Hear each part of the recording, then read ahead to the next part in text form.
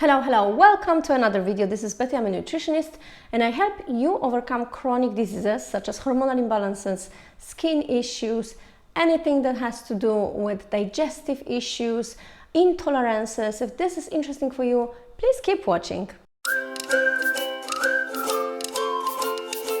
Today I want to give you tools so that you are able to quit eating bread. And why do you actually want to quit eating bread? It's not because bread is so bad for you. Of course, I mean, we all know that wheat and in general it doesn't really bring anything good. Of course, it brings calories. Of course, it can bring some nutrients, but there's so many more nutrients in fruits. And the moment you eat bread, you kind of get addicted to it. And I see it from most of my clients. The hardest thing for them is to quit eating bread. And I don't say you should be quitting eating bread, but if you want to, these are the tools that will help you.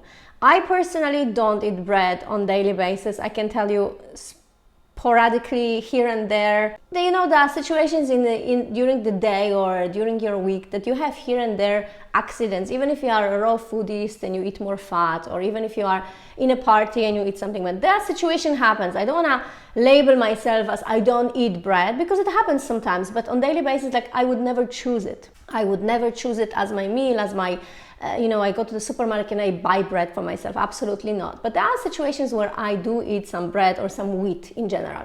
So my tip number one is to understanding why. Why are you doing it? If you don't know why you are doing it and why you want to make a change and change your habit, it's not going to happen.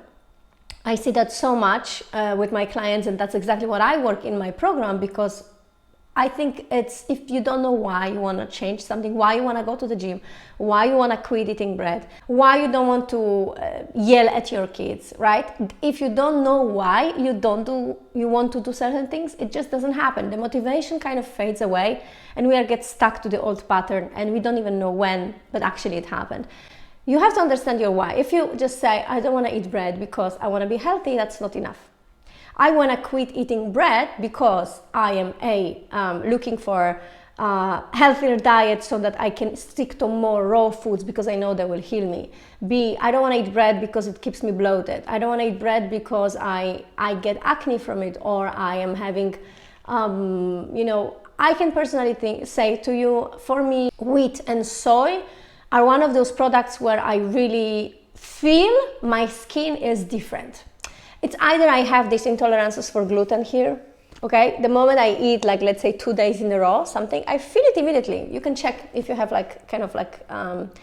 little spots here, you can have intolerance for gluten. I feel like a rush, like I feel like something is itching me, Not on a big matter, but I sense it. I just sense it. So you can have this, like, I want to have the best skin I can possibly have, so I'm not going to just say, oh, whatever, I just eat some bread, So I pay attention to that.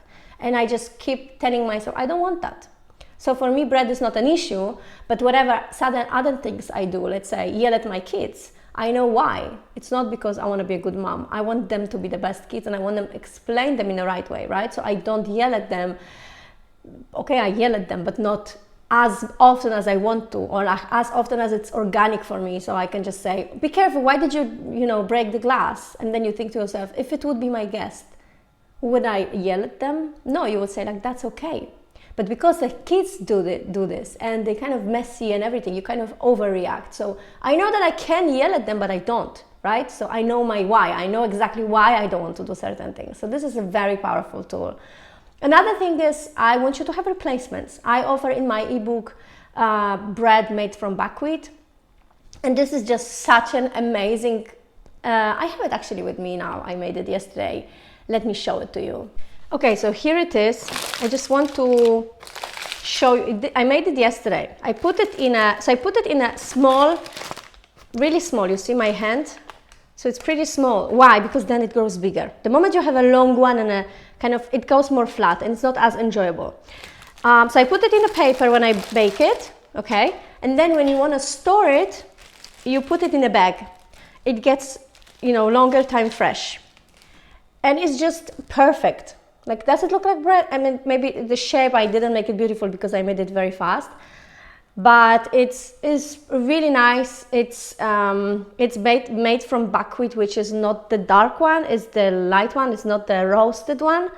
You should try it. I'm not gonna tell you if it's tasty or not. You have to try it yourself. I like to have it sometimes because it's just fast. And even my son, my older son, eats it.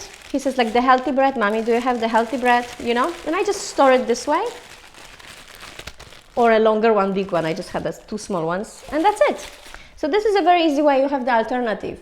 I don't know where you are living, if there are options, right, for you to have like a healthy bread, but it's most of the times with wheat. This is a great option because this is just buckwheat, water, coconut flour, flax seeds, and that's it. So it's like 4 ingredients and it's easy. And you can add nuts inside, you can add olives inside, you can add cranberries, whatever you want to, right? So this is a great option. Another thing I want to give you, which is very obvious, but at the same time, I feel people really kind of forget about it. The moment you start eating a lot of fruits, you kind of understand that you feel so much better after eating raw, rather like sticking to this cooked food. This might take time, the same as the addiction to eating bread. It might take time for you to kind of let go completely. I see so many people saying to me, I need cooked food. I need cooked food. I feel like raw food is not good for me. I need to have cooked food as well. And I understand that this is the addiction. So I ask them, what do you eat normally when you have cooked food? Potatoes, pasta, rice, all kinds of things that are like eventually having something addictive inside. If you eat potatoes, what do you eat it with, right? You either add some salt or some fat. If you have pasta, you obviously add salt and other dressings. If you have, it's all addictive. That's why people want to eat it, because they don't want to admit, you know what, it would be so hard to get rid of it. That's why I think things take time, and you have to kind of give it some time. You don't even know how strong addiction to bread is until you start like getting rid of it. So definitely give it some time. Another very, very important thing I want to tell you, and it comes to whatever you are trying to change in your life. Don't be hard on yourself. Don't be hard on yourself, and remember that it's a process. And I see so many people sending me messages while I'm coaching them, and they say, I didn't succeed today.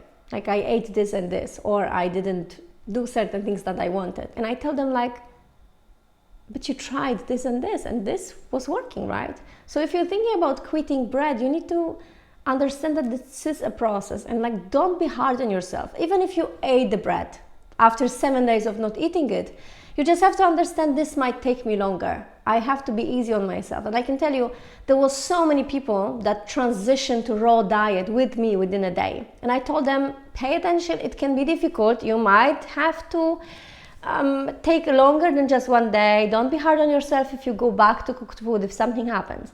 And it lasted 2 months. And they said like it was too hard. So I understand that sometimes our goals are too hard to achieve. So just be kind with yourself. Understand that this is a process, and it's you've been eating a certain way for so many years. You have to give yourself some time, and really, I always say, embrace yourself, hug yourself, tell yourself good, positive thoughts, because process is hard, especially when you're busy, or when you're mom, or when you're working a lot, or whatever, right? When your budget is limited. So these things take time, and it's difficult. So don't be easy on yourself, please. It's so important for your long-term success. These are my tips for quit eating bread. If you have anything that you want to add, please leave a comment. This is, for me, the most important to understand why you don't want to do it, because I think people really, I talk about it in my program a lot, because I think people really kind of, they're not strict with themselves. They don't understand how life is. In order to achieve something, you need to really understand what you need to do, have a plan. And I think this is very important for you to keep and, pay attention to, keep in mind, because life gets on the way. We go out, we have parties, something happens, we get off our routine, and we need to come back. And the moment you start being hard on yourself and not give yourself enough credit and time, we fail, and we are being hard on ourselves. So definitely don't do that. Thank you so much for watching. See you in the next video. You know just what you